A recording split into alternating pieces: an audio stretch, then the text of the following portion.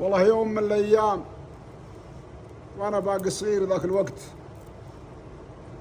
كان المغلق من المزارع،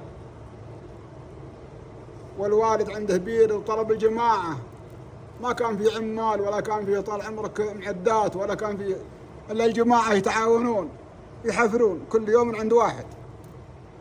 وعندما حفروا هذاك اليوم وسروا، جلس الوالد على معاميله بين النخل وسوق هوته في الليل، يوم جاء آخر الليل وهو يروح للبير ويحذف فيها بحصاه، ويوم من حذف بالحصاه لا والله ما في ماء، عود رجع على معاميله وسوى القصيدة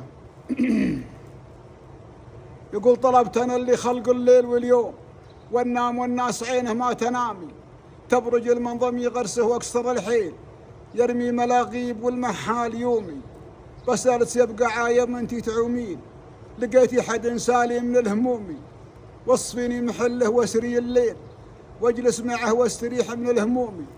قالت: بدا كل خلق الله مشحين، حتى الملك حاط النوم هكسومي. قلت: ويش موديس ما تمسين في الليل، وفي النهار يمديس بقضي اللزومي. قالت: قومي الحضارة والبداوين، بغرهم بالرهاوي والعلومي. قال: هاجي بطل من ربي يعطيني جناحين، لما شفت سنحاش مالت بي لزومي. قالت: معي في السما خدر مطنبين، والطير ما تقدر من فوقه تحومي. قلت: أجل بدخل البحر يجي عس الشيب، وعساها تصيدة خطوة السهومي. قالت: معي في البحر رجال حرصين، ومعاشهم من رجاجيل قرومي. غرتك نفسك وغرتك الشياطين، والله يحطك على المنحات تومي.